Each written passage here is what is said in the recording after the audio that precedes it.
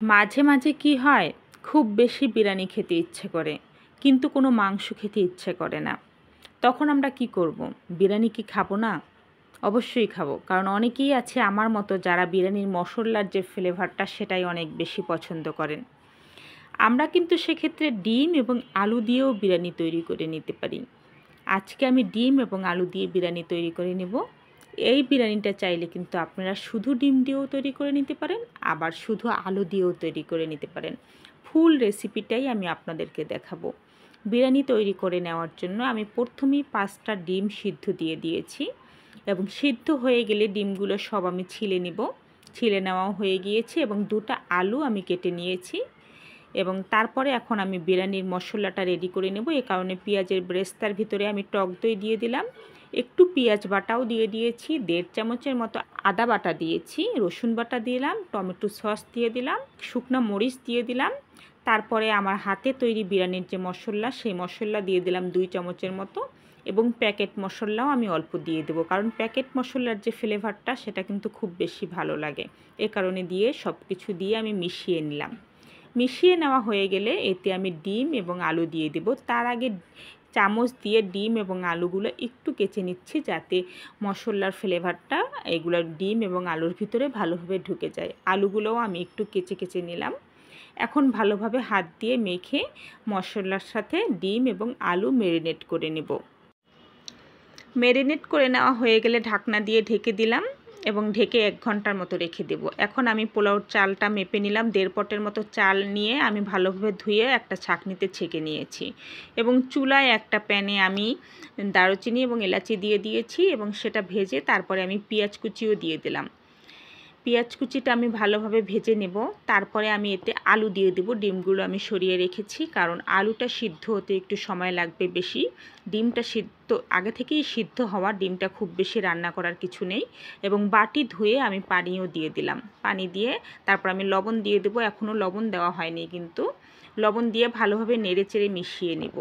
এবং অন্য চুলাতে কিন্তু আমি এই যে পোলাওর চালটা ধুয়ে রেখেছিলাম তার জন্য পানি গরম করে নিয়েছি। 1.5 পট চালের জন্য আমি 3 পটের মতো পানি আমি গরম করে নিয়েছি। এখানে কিন্তু আলুর পানিটা কিন্তু একেবারেই শুকিয়ে গিয়েছে।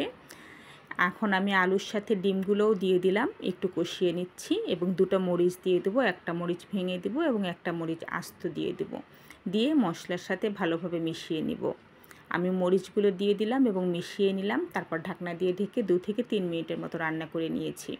তারপর আবারও নেড়ে চেড়ে নিলাম। এখন অল্প একটু পানি দিয়ে আমি এখন এই ডিমটাও একটু রান্না করে নেব। আমি একটু পানি দিয়ে দিলাম। পানি দিয়ে ভালোভাবে নেড়ে চেড়ে মিশিয়ে নিলাম। এরপরে আমি অন্য একটা চুলাতে আমি পোলাওটা চড়িয়ে দেব, মানে পোলাওটা রান্না করে নেব। এ কারণে আমি তেল দিয়ে দিলাম একটা পাতিলের ভিতরে এবং তারপরে দারচিনি এবং এলাচি দিয়ে একটু ভেজে নেব। তারপরে আমি পেঁয়াজ দিয়ে দেব। পেঁয়াজ দিয়ে ভালোভাবে ভেজে আমি পোলাওর চালও দিয়ে দেব। পোলাওর চালের ভিতরে আমি আদা বাটা এবং 2টা মরিচ দিয়েছি। আপনারা দিবেন আদা বাটাটা, কারণ আদা বাটা দিলে কিন্তু পোলাওর টেস্ট অনেক বেশি বেড়ে যায়। আমি ভালোভাবে ভেজে নিচ্ছি পোলাওর চালটা। লবণ দিতে হবে, লবণ দেওয়া হয়নি এখনও। আমি কিছুক্ষণ ভেজে তারপরে লবণ দিয়ে দিলাম এবং 3 থেকে 4 মিনিটের মতো পোলাওর চালটা ভেজে নেবেন। এতে বিরিয়ানিটা অনেকটা ঝরঝরে হবে। আমি কিন্তু আগে থেকে পানি গরম করে রেখেছিলাম, সেই পানিটাও দিয়ে দিলাম। আমি যে ডিম এবং আলু রান্না করেছি তা থেকে কিছু মশলা নিয়ে আমি পোলাওতে দিয়ে দিলাম। এক্সট্রা দিতে গেলে অনেক বেশি মশলা হয়ে যেত, এ কারণে আর এক্সট্রা দিলাম না। এখন ঢাকনা দিয়ে ঢেকে 10 থেকে 12 মিনিটের মতো পোলাওটা রান্না করে নেব। অন্য চুলায় আমি আরেকটা প্যান রেডি করে নিয়েছি, এতে আমি বিরিয়ানিটা সেট করব। 10-12 মিনিটের মতো রান্না করে নিয়েছি। প্রায় আমার 14-15 মিনিট হবে আমি রান্না করে নিয়েছি। তারপরে এখন এখানে হাফ পোলাও আমি দিয়ে দিলাম এবং তার উপরে আমি ডিম এবং আলুগুলো দিয়ে দিলাম, মশলা সহ দিয়ে একটু ছড়িয়ে দিলাম এবং এর উপরে যে বাকি পোলাওটা রয়েছে সেটাও আমি দিয়ে দেব। তার আগে আমি 2টা মরিচ ভেঙে দিয়ে দিলাম। এখন আমি পোলাও দিয়ে তারপরে পুরোপুরি সেট করে নিলাম এবং এবার ভাপে রান্না করব। আমি আরেকটা তাওয়া দিয়ে দিয়েছি চুলায় এবং মিডিয়াম আঁচে আমি নিচে চুলা ধরিয়ে দিয়েছি এবং রান্না করে নিয়েছি।